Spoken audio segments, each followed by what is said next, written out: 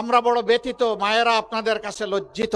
একটি দল এবং তাদের লেলিয়ে দেওয়া কিছু কাণ্ডজ্ঞানহীন মানুষ আজকে বাংলাদেশের বিভিন্ন জায়গায় মা বোনদের, নারীদের গায়ে হাত দিচ্ছে। তারা হুমকি দিচ্ছে কাপড় খুলে নেবে। তারা বলছে নেকাব এবং হিজাব পরে আসলে খুলে ফেলো। তারা বলছে এদেরকে ঠেকিয়ে দাও, যেখানে পাও ওদেরকে পিটাও। লজ্জা, লজ্জা! এরা কি মায়ের পেট থেকে দুনিয়ায় আসে নাই? যদি মায়ের পেট থেকে এসে থাকে তাইলে মায়ের জাতির গায়ে হাত দেয় কিভাবে?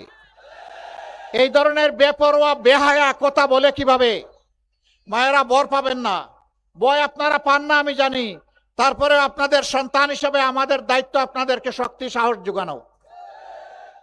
আপনারা লড়ে যাবেন, চোখে চোখ রেখে কথা বলবেন। এটি আমার বাংলাদেশ। এই বাংলাদেশে আর কোনো জমিদার মেনে নেব না।